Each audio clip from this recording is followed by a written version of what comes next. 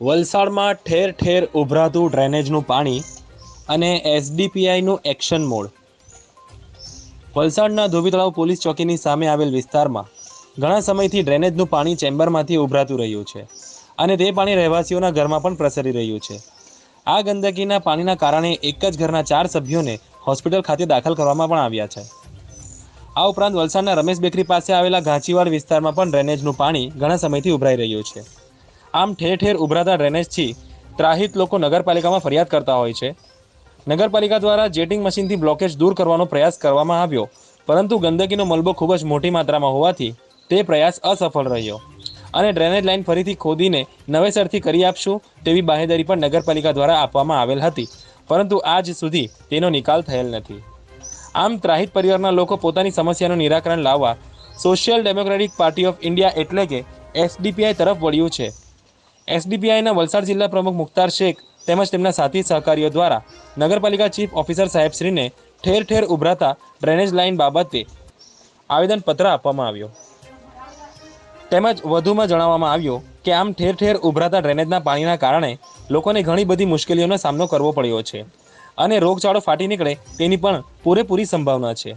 તમામ રજૂઆત chief officer સાહેબને એસડીપીઆઈ પાર્ટી દ્વારા કરવામાં આવી. આપશ્રીને નિવેદન છે કે ઘણા ફરિયાદો જલ્દીથી જલ્દી આપ સોલ્વ કરી આપશો. હવે પેલા આવેલા ઇન્દ્રભાઈ આવેલા યોજના રાજ્યમાં પણ તે સ્ટ્રીટ લાઇટ વિભાગમાં મુકેશભાઈ જૂઠા વાયદાઓમાં બહુ સાહેબ માહિર છે એમ કહેતો ચાલે.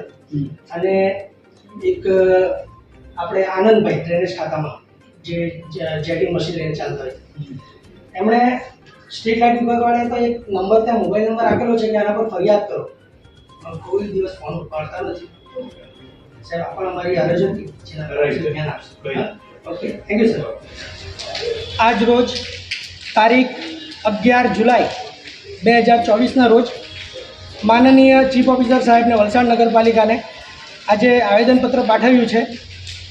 જે અમારા મુદ્દાઓ છે કે ઘાંચીવાડ વિસ્તારમાં જે મદ્રેસાની સામે ડ્રેનેજ પાણી ઉભરાઈ રહ્યું છે. બીજો મુદ્દો છે ધોબી તળાવ પોલીસ ચોકીની સામે ડ્રેનેજ ઉભરાઈ રહ્યું છે. ત્રીજો મુદ્દો ધોબી તળાવ પશ્ચિમ પાળ પર ડ્રેનેજ ઉભરાઈ રહ્યું છે. વલસાડ શહેરમાં ઘણી બધી જગ્યાએ ઠેર ઠેર પાણી ઉભરા રહ્યું છે, જેની ફરિયાદો 3 મહિનાથી કરવામાં આવી રહી છે, પણ હમણાં સુધી કોઈ સોલ્યુશન આવેલ નથી. અને સમસ્યા એવી છે કે ધોબી તળાવ પોલીસ ચોકીના સામેના વિસ્તારના એક જ ઘરના 3 સદસ્યોને આ ગંદકીના કારણે હોસ્પિટલમાં એડમિટ કરવામાં આવ્યા છે અને એમની હાલત ખૂબ જ ખરાબ હતી, જેના કારણે જીવ જવાનો પણ ભય હતો. અને બીજી ઘણી બધી એવા વિસ્તારો છે જે જગ્યાએ લોકોની હાલત ખૂબ જ કફોડી બની છે. માનનીય ચીફ ઓફિસર સાહેબને જણાવવા માંગીએ છીએ કે નગરપાલિકામાં ઘણા બધા એવા કામો અહીંયા લઈને અમે આવતા હોઈએ છીએ, પણ આપશ્રીની વલસાડમાં છબી છે, સારી છે, આપ સાંભળતા પણ હોવ છો, પણ આપના જે નીચલા સ્તરના જે અધિકારી છે તે કોઈ પણ દિવસ નાના વ્યક્તિનું સાંભળતા નથી એવું દેખાઈ રહ્યું છે. વલસાડ નગરપાલિકામાં સ્ટ્રીટ લાઇટ વિભાગમાં એક ફરિયાદ નંબર આપવામાં આવ્યો છે, જેના પર ગમે ત્યારે આપણે ફોન કરો લાગતો નથી. ડ્રેનેજ શાખાનો એક નંબર આપવામાં આવ્યો છે જે ફોન હંમેશા બંધ બતાવે છે. તો આ બધા નંબરો જો બંધ જ હોય તો જનતાએ કેવી રીતે નગરપાલિકાનો સંપર્ક કરવો અને કઈ રીતે ફરિયાદો નોંધાવવી? આ બધી સમસ્યાનું નિવારણ લાવવા માટે આજે અમે પોતે લાઈવ અહીંયા આવ્યા છે અને ચીફ ઓફિસર સાહેબને આ 3 જગ્યાની ફરિયાદો નોંધાવી છે. અને આશા રાખીએ છીએ કે આટલા મહિનાઓથી વારંવાર આટા ફેરા માર્યા બાદ બી જો સમાધાન ન આવ્યું હોય તો હવે આવશે એવી હું આશા રાખીને ચીફ ઓફિસર સાહેબને નમ્ર વિનંતીભરી અરજ કરું છું કે આ પ્રોબ્લેમ છે તેનું સોલ્યુશન લાવી આપે. તમે જેમ કહી શકો છો કે તમે કોલ કરો ત્યાર પછી પણ કોલ નથી ઉચકતા, તેમનું કોઈ તમારા પાસે એવિડન્સ છે? એવિડન્સ છે, હું કહું તો મારા પાસે કોલ રેકોર્ડ પણ છે અને જો કહેતા હોય તો હું કોલ હિસ્ટ્રી પણ આપવા માટે તૈયાર છું. કેમ કે એવું નથી કે એમને કોલ પહોંચતા નથી, કોલ પહોંચે છે પણ ઉપાડવા માટે તૈયાર નથી. જાણી જોઈને જોઈ છે કે ભાઈ લોકો અમને હેરાન કરે છે. અરે હેરાન કેમ કરે છે? લોકો પોતે હેરાન થતા હોય તો તમને હેરાન કરતા હોય છે.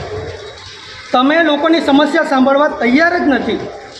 જો સમસ્યા સાંભળો, જો વલસાડ શહેરમાં કોઈ વાર નગરપાલિકાની ટીમ નીકળે તો શાયદ આપણા પાસે જે રજિસ્ટર બુક હોય ને તે આખી બુક પૂરી થઈ જશે, એટલી બધી સમસ્યાઓ છે લોકોને, પણ સાંભળનાર કોઈ નથી. હું માનનીય ચીફ ઓફિસર સાહેબને વારંવાર ફરી એકવાર વિનંતી કરું છું કે સાહેબ વલસાડમાં આપની છબી સારી છે અને આ છબી આપણે ટકાવી રાખી છે, પણ આપના નીચલા સ્તર પર જે લોકો સાંભળતા નથી, જાણીને પણ અંજાણા બને છે, આ કાંડ કરતા હોય છે, તેઓએ ખાસ આ વાતની ધ્યાન રાખવી જોઈએ. કેમ કે અમારે પછી એવું ન થાય કે ચીફ ઓફિસર સાહેબની વાતનો અમે અમલવારી કરવા છતાં પછી આગળ અમારે જવું પડે અને આગળ કોઈ કાર્યવાહી હાથ ધરવી પડે. અમે વિનંતી કરીએ છીએ કે અમારો કામનું સોલ્યુશન આવશે.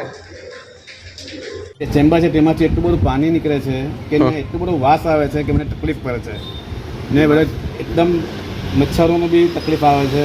અને તમે જોશો કે કેટલું ખરાબ પાણીનું એ બતાવે છે, એનો પ્રવાહ કેટલો ખરાબ નીકળી રહ્યો છે.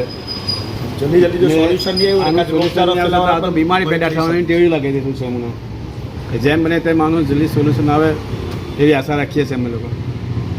માસૂમ ફાટીવાલા. તમે આ જગ્યાનું નામ બતાવી શકો છો? આ જગ્યાનું નામ છે મોટા ગાચીવાર, વલસાડ. તમને આ ગટર લાઇનની સમસ્યા કેટલા દિવસથી છે? આ લગભગ 3 મહિના ઉપર થઈ ગયા છે અને આ તમે જોઈ શકો છો કે આ જે ડ્રેનેજનો પ્રોબ્લેમ છે એના માટે અમે 3 મહિનાથી કન્ટિન્યુઅસલી લેખિત પણ કમ્પ્લેન કરી છે અને મૌખિક પણ કમ્પ્લેન કરી છે, છતાં પણ એ લોકોની ગાડી મોકલાવ્યો પણ છે નગરપાલિકાની મોટી ગાડી પણ આવી છે, પણ એ લોકો અંદર જ્યારે કોમ્પ્રેસર મારે છે તો અંદર સુધી એ લોકોનો પાઇપ જતો જ નથી. એટલે જે ક્લીનઅપ જે થવું જોઈએ ને એ થતું જ નથી. ટેમ્પરરી સાફ થઈ જાય છે પણ પાછું અડધો કલાકની અંદર એ ડેમેજ પાછું ઉભરાઈ જાય છે. તો 3 વાર એવી રીતે થયું. પછી અમે પેલા માણસને પૂછ્યું કે આવું કેમ થાય છે, તો એમ કહે છે કે અંદર જે પાઇપ છે ને તે તૂટી ગયો છે, તો તમારે લેખિતમાં કમ્પ્લેન આપવું પડશે, તો અમે લોકો પાઇપ ચેન્જ કરી જશું. તો અમે લોકોએ લેખિતમાં પણ કમ્પ્લેન સીઓ સાહેબને આપી છે અને સીઓ સાહેબે અમને આજને 1 દિવસની બાહેધરી આપી છે કે 1 દિવસમાં હું માણસ મોકલાવીને જોડાવીને હું કામ ચાલુ કરી દઉં છું. 1 દિવસને અમે વેઇટ કરીએ છીએ. જો 1 દિવસમાં થઈ જાય તો સારું છે, એ તો પછી અમારે અગાડી પણ કંઈક વધારે કમ્પ્લેન કરવું પડશે એવું લાગી રહ્યું છે. કારણ કે તમે જોઈ શકો છો કે આ સામે મદ્રસો છે જ્યાં બચ્ચા ભરવા માટે આવે છે, તો આ બધું જે ગંદુ પાણી છે તે છે. અને આ મેન રોડ છે જે લોકલ પબ્લિકનો અવર જવરનો રસ્તો છે, તો તેના પણ બહુ તકલીફ પડે છે એ લોકોને પણ. કારણ કે આ જો બાઇક જાય છે તો બાઇકથી બધું ગંદુ પાણી ઉડે છે. પછી આજુબાજુ રહીશ લોકો છે એ લોકો જે ગંદકીનો જે ગંદવાનો જે સ્મેલ આવે છે એ વાસ એ સહન નહીં થાય તેવી છે. તમે જ્યાં ઊભી રહો તો 5 મિનિટ તમારાથી આ સહન નહીં થશે. 3 મહિનાથી અમે લોકો હેરાન થઈ ગયા છે. તો અમને સીઓ સાહેબ અને ચીફ એન્જિનિયર સાહેબથી રિક્વેસ્ટ છે કે આ અમારી પ્રોબ્લેમ જલ્દી સોલ્વ કરી આપે એવી અમે આશા રાખીએ છીએ. તમે કમ્પ્લેન કરીને કેટલા દિવસ થઈ ગયા છે? અમે 3 મહિનાથી કન્ટિન્યુઅસ કમ્પ્લેન કરીએ છીએ અને એમની ગાડી આવે પણ છે, પણ જે મેઇન પ્રોબ્લેમ છે પાઇપ ચેન્જ કરવાનો તે નથી કરી રહ્યા એ લોકો એમ છે એ લોકો તે જે મેઇન પાઇપ બદલવું છે તે બદલી નથી શકતા. એ લોકો તે બદલવાના અમારી ખાસ રિક્વેસ્ટ છે કે તે પાઇપ અમને બદલી આપે તો આ કાયમી આ સોલ્યુશન આવી જાય તેવું છે.